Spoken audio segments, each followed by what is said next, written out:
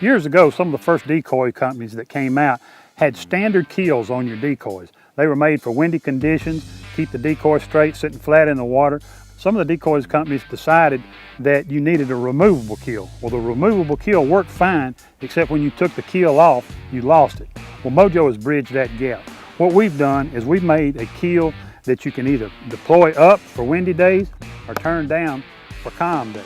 The way you would use this is on a windy day when you've got a lot of movement, a lot of waves on the water, you put the keel down. This keeps the decoys riding pretty straight.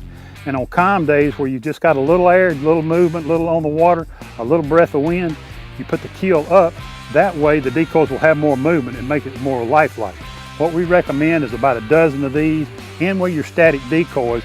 That way you get more movement on a day that there's no wind, and on a day that there is wind, again, you deploy the keel down and they look just like the rest of them. You get plenty of movement on those windy days, but on those still calm days, you don't get a lot of motion. That's when you want to put the keel up, let these decoys help out your static decoys.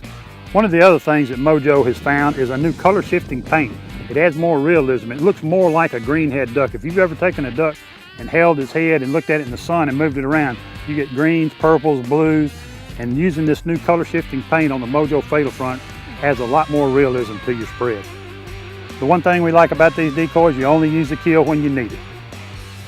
The new Fatal Fronts come in a pack, come 6 to a pack. You've got 4 drakes and 2 of the hens. The hens have the new high definition feathering on them. Adds a lot of realism to your spread. It's something that everybody want to have. You want to put about a dozen of them in your spread. Even if you've got 50 or 60 other decoys out there, a dozen of these will make your spread look more lifelike.